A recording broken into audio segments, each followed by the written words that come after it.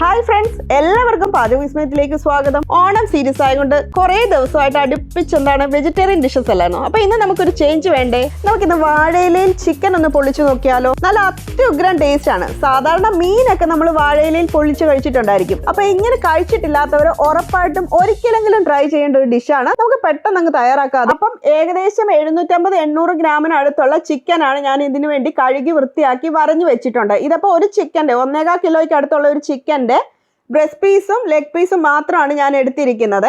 ആദ്യം നമുക്ക് അതിന് മസാല തയ്യാറാക്കാം. 8-9 വലിയ വെളുത്തുള്ളി, ഒരു മീഡിയം പീസ് ഇഞ്ചി, 5-6 ഏലക്ക, തക്കോലത്തിന്റെ ചെറിയ 2 പീസ് ഇല്ലേ, ആ ഒരു തക്കോലത്തിന്റെ ഇതിൽ നിന്ന് എടുത്ത 2 പീസ്, 2 ഗ്രാമ്പു, ചെറിയൊരു 2 പീസ് പട്ട, അതേപോലെ 1/2 ടേബിൾ സ്പൂൺ പെരിഞ്ചീരവും 1/4 ടേബിൾ സ്പൂൺ കുരുമുളകും. ഇതെല്ലാം കൂടെ നമുക്ക് ആദ്യം മിക്സിയിൽ ഇട്ടൊന്ന് അടിച്ചെടുക്കണം. അതോടൊപ്പം തന്നെ കുറച്ച് പൊടികളൂടെ നമുക്ക് ഇതിലേക്ക് ചേർത്ത് കൊടുക്കണം. 1/4 ടേബിൾ സ്പൂൺ മഞ്ഞൾപ്പൊടി, 1 ടേബിൾ സ്പൂൺ മുളക് പൊടി. അപ്പോൾ മുളക് പൊടി ചേർക്കുമ്പോൾ നമ്മൾ എരിവിനനുസരിച്ച് ചേർത്ത് കൊടുക്കുക. ഒപ്പം തന്നെ ആവശ്യത്തിനുള്ള ഉപ്പും ചേർത്തു. പിന്നെ ചേർക്കുന്നത് പുളിക്ക് ആവശ്യത്തിനുള്ള നാരങ്ങാ നീരാണ്. അപ്പം നാരങ്ങാ നീരിന് പകരം വേണമെങ്കിൽ വിനിഗർ ചേർക്കാം, അല്ല എങ്കിൽ പിഴുപുളി ചേർക്കാം. ഇതൊക്കെ ചേർക്കാവുന്നതാണ്. ഇതിപ്പോൾ നന്നായിട്ട് ഞാൻ അരച്ചെടുത്തിട്ടുണ്ട്. ഇതിൽ നിന്ന് 1 ടേബിൾ സ്പൂൺ നമുക്ക് മാറ്റി വെക്കണം. ബാക്കി ഈ ചിക്കനിലേക്ക് നന്നായിട്ടൊന്ന് തേച്ച് പിടിപ്പിക്കാം. തേച്ച് പിടിപ്പിച്ചതിന് ശേഷം നമ്മൾ ഇത് കുറഞ്ഞത് അരമണിക്കൂറെങ്കിലും വെക്കുന്നത് നല്ലതാണ്. ഇപ്പം ഞാൻ എല്ലാം നന്നായിട്ട് തേച്ച് പിടിപ്പിച്ച് വെച്ചിട്ടുണ്ട്.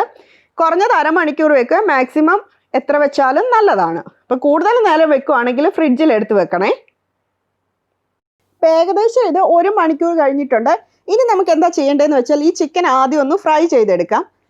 ഷാലോ ഫ്രൈ ആണ് ചെയ്യേണ്ടത്. അപ്പോൾ അതിനാവശ്യത്തിനുള്ള എണ്ണ ഞാൻ ഒഴിച്ചു കൊടുത്തിട്ടുണ്ട്. അപ്പം ഒത്തിരി എണ്ണയൊന്നും ഒഴിച്ചു കൊടുത്തിട്ട് ഡീപ് ഫ്രൈ ഒന്നും ചെയ്തെടുക്കേണ്ട കാര്യമില്ല. കാരണം നമ്മൾ ഇനി ഈ ചിക്കൻ വീണ്ടും കുക്ക് ചെയ്യുന്നുണ്ട്.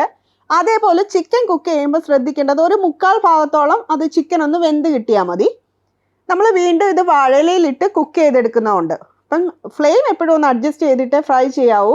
ലോ ടു മീഡിയം ഫ്ലെയിമിലിട്ട് ഫ്രൈ ചെയ്തെടുത്താൽ മതി. ഇപ്പം ഞാൻ ചിക്കൻ ഫ്രൈ ചെയ്തെടുത്തിട്ടുണ്ട്. ഇനി നമ്മൾ ചെയ്യേണ്ടത് ഈ എണ്ണയിലിട്ട് തന്നെ നമുക്ക് ഇതിൻ്റെ മസാലയും കൂടെ ഒന്ന് തയ്യാറാക്കിയെടുക്കാം. അപ്പം ഞാൻ ഇതിലേക്ക് 2 ചെറിയ സവോളയാണ് ഞാൻ ചേർത്ത് കൊടുത്തിരിക്കുന്നത്. അപ്പം മസാല കൂടുതൽ വേണ്ടവർ ഒരു 3 സവോളയൊക്കെ ചേർത്ത് കൊടുക്കാവുന്നതാണ്. അപ്പോൾ എനിക്ക് ഒത്തിരി മസാല ഇഷ്ടമല്ല. ഈ സമയത്ത് ഈ മസാലയ്ക്ക് ആവശ്യത്തിനുള്ള ഉപ്പും കൂടെ ചേർത്ത് കൊടുത്തിട്ടുണ്ട്. അതിന് ശേഷം ഒരു ലൈറ്റായിട്ട് ഇതിൻ്റെ കളറൊക്കെ മാറി വരുന്നിടം വരെ നമുക്കിതൊന്ന് വഴറ്റിയെടുക്കാം. ലൈറ്റ് ബ്രൗൺ കളർ ആവുന്നിടം വരെ.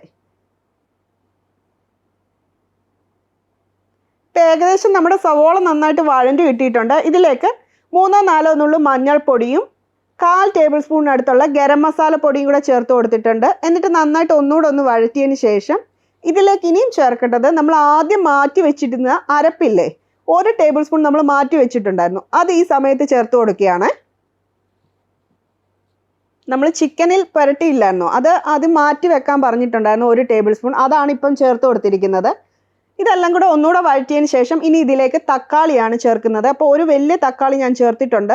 അതോടൊപ്പം തന്നെ കുറച്ച് കറിവേപ്പിലയും കൂടെ ചേർത്ത് കൊടുത്തിട്ടുണ്ട്. പിന്നെ തക്കാളിക്ക് പുളി കുറവായതും കൊണ്ട് കുറച്ച് നാരങ്ങാനീര്, 1 ടേബിൾ സ്പൂൺ നാരങ്ങാനീരൂടെ ചേർത്ത് കൊടുത്തിട്ടുണ്ട്. അപ്പോൾ പുളിയൊക്കെ നോക്കിയിട്ട് നമ്മൾ മസാല റെഡിയാക്കി എടുക്കണം. അപ്പം ചെറിയൊരു പുളിരസം ഉണ്ടാകുന്നത് നല്ലത് തന്നെയാണ്.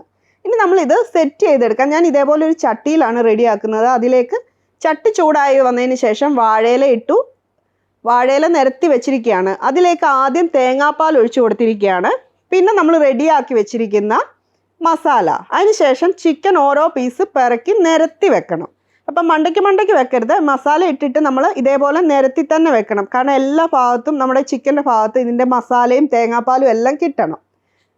അതിനുശേഷം ബാക്കി വന്നിരിക്കുന്ന കുറച്ച് മസാലയും കൂടി ഇതിൻ്റെ മുകൾ ഭാഗത്തൂടെ നമുക്ക് തേച്ച് കൊടുക്കാം. അതിനുശേഷം കുറച്ച് തേങ്ങാപ്പാൽ ഇതിൻ്റെ മുകൾ ഭാഗത്തൂടെ ഒന്ന് ഒഴിച്ചു കൊടുക്കണം.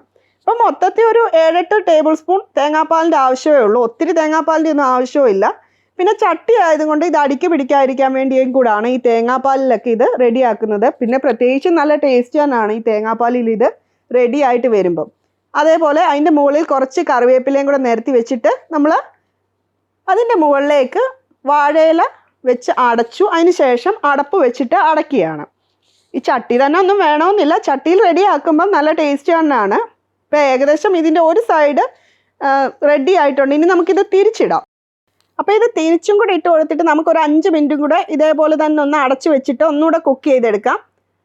ഇപ്പം വാഴയിലയും ഈ തേങ്ങാപ്പാലും ഈ ചിക്കനും ഈ മസാലയും എല്ലാം കൂടെ അടിപൊളി ടേസ്റ്റ് ചെയ്യാനാണ് കേട്ടോ. അപ്പോൾ നല്ലതായിട്ട് ചിക്കൻ കുക്കായി കിട്ടുകയും ചെയ്യും. ഇനി അടച്ചു വെച്ചിട്ട് നമുക്ക് ഒരു 5 മിനിറ്റും കൂടെ ഞാൻ വെച്ചിട്ടുള്ളായിരുന്നു. ഇപ്പോൾ ഇത് ഏകദേശം സൂപ്പറായിട്ട് കിട്ടിയിട്ടുണ്ട്. ഇതാ കണ്ടില്ലേ, ഫ്ലെയിം എപ്പോഴും ലോ ഫ്ലെയിമിലിട്ട് ഇങ്ങനെ ചട്ടിയിൽ വെക്കുമ്പം റെഡിയാക്കാവൂ. അടിപൊളിയായിട്ടുള്ള നമ്മുടെ ചിക്കൻ വാഴയിലയിൽ പൊള്ളിച്ചത് റെഡി ആയിട്ടുണ്ട്.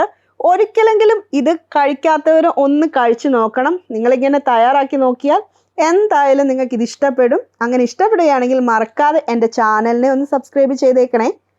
അപ്പോൾ ഫീഡ്ബാക്ക് നിങ്ങൾ കമൻറ്റിൽ കൂടെ അറിയിക്കുക. Thank you for watching my channel.